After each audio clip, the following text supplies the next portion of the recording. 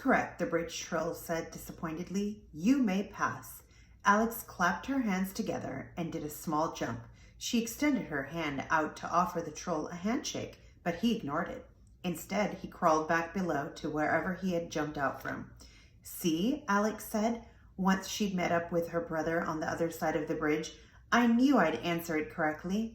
Connor shook his head. And I'm sure I'll have to hear about it for the rest of our lives, he said. But let's try to make it to Cinderella's palace by sundown, okay?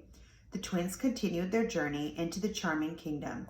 They were excited to see different scenery as they traveled. The evergreen trees they had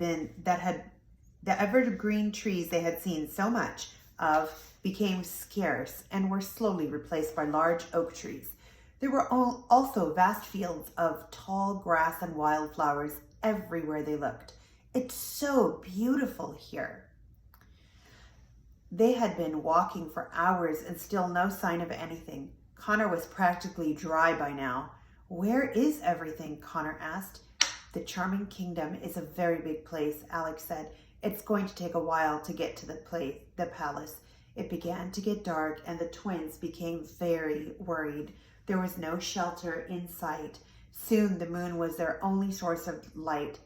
They walked a short distance off the path and found a grassy area among a few trees that they assumed and hoped was safe. And they decided to spend the night there. Connor tried making a fire by rubbing two sticks together but was unsuccessful. Now I really wish I had signed up for Boy Scouts, he said. It was their first night sleeping outside. Both kept waking up every hour or so to make sure they were still safe because every sound terrified them. What was that? Alex gasped in the middle of the night. That's an owl, Connor said, or a very inquisitive dove. But either way, I think we're safe. The next morning, the sunrise woke them. They restlessly got to their feet and returned to the path. We're running out of food, Alex said after eating one of their last apples.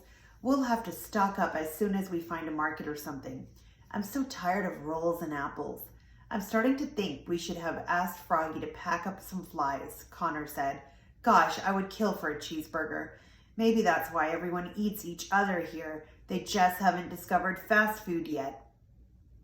They found a small pond on the side of the path and splashed some water on their faces. We look so tired, said Alex, looking at their reflection in the water. The twins heard a galloping sound coming from behind them on the path. They turned to see a small cart of firewood being pulled by a gray horse. It was steered by a man with a big floppy green hat. Let's ask him how much farther until the palace, Alex said, and ran over to the cart. Excuse me, sir. Whoa, the man said, slowing his horse to a stop. May I help you? How much farther until we reach Cinderella's palace? Alex asked. Are you traveling by foot?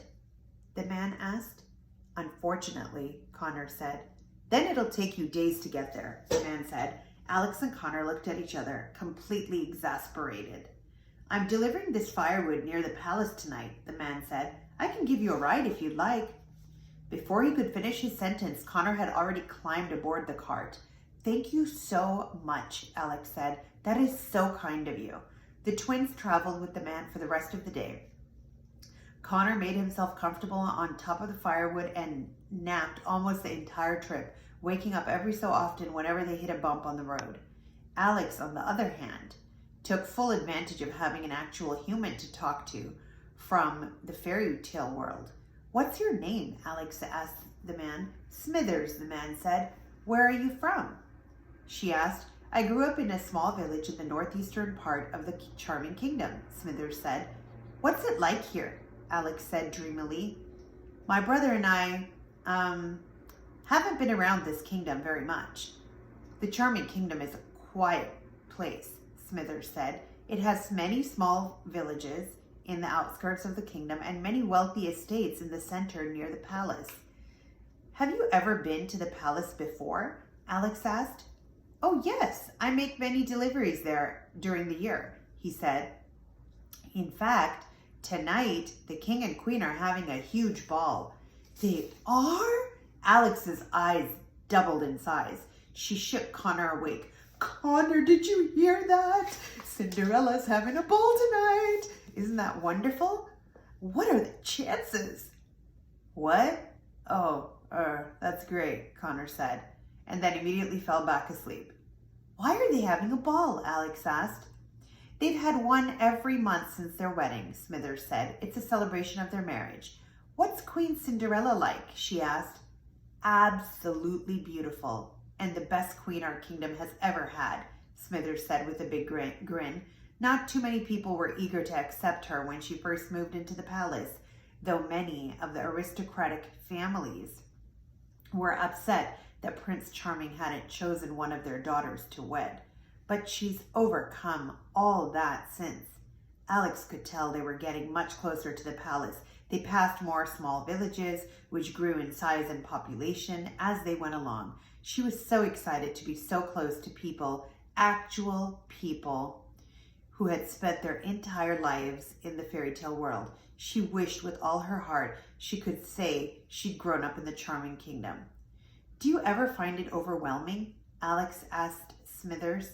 Does it ever get frightening living here and knowing that at any moment a fairy could fly by and grant you a wish, or an ogre could run up and eat you? Smithers looked at her curiously. Does such a place exist where people can't unexpectedly be helped or hurt? Alex couldn't think of any. Maybe this world and the world she was from weren't so different after all.